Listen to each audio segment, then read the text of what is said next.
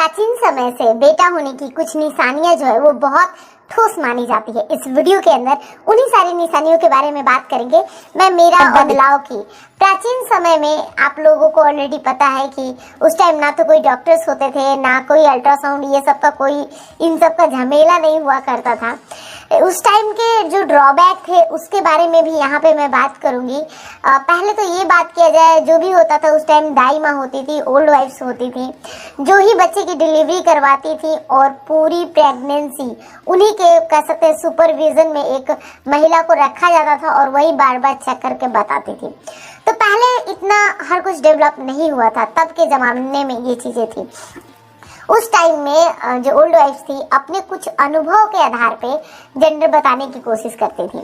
Mostly वो इस चीज को लेकर कोशिश करती थी, जब भी वो पेट को इस तरीके से टच करती थी उनका एक ही चीज कहना होता था जो मोस्ट फेमस है कि अगर बच्चे का जो पोजीशन है पेट के अंदर बच्चा सबसे ज्यादा राइट साइड रह रहा है, यानी कि दाएं साइड रह रहा है, वो बॉय होता है। और अगर बच्चे की लोकेशन पेट में बाएं साइड रहती है तो वो बेबी गर्ल होती है। ये मोस्टली पाया जाता है ओल्ड वाइफ्स के अकॉर्डिंग।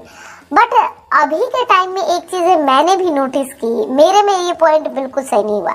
मेरे कुछ सब्सक्राइबर ने बताया कि उनमें भी ये सही नहीं हुआ। तो ये चीजें है कि उनकी बातों का प्राचीन समय से इंडियन ट्रेडिशन के अंदर चल तो रहा है वो चीजें, लेकिन क्या है कि कोई वैज्ञानिक आधार नहीं है। और जिस चीज का कोई वैज्ञानिक आधार नहीं है उसे हम 100% कंसिडर भी नहीं कर सकते। तो इस हिसाब से उस टाइम में माना जाता था, कुछ लोग मानते थे, कुछ लोग नहीं मानते थे।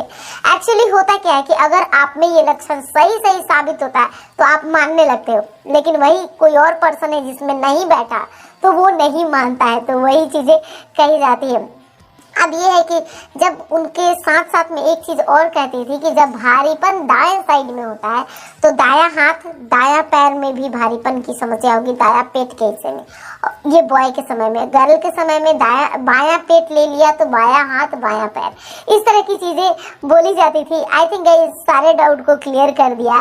प्राचीन समय में जो भी चीजें कही जाती थी उसका एक ही ड्रॉबैक था कि पहले के समय में, आज समय में आपने नोटिस किया होगा कि बहुत सारे डिलीवरी के समय में जो महिलाएं होती थी उनकी डेथ हो जाती थी, या जो बच्चा बर्थ लिया उसकी हो जाती थी। कुछ ना कुछ अनहोनी होते रहती थी। क्यों?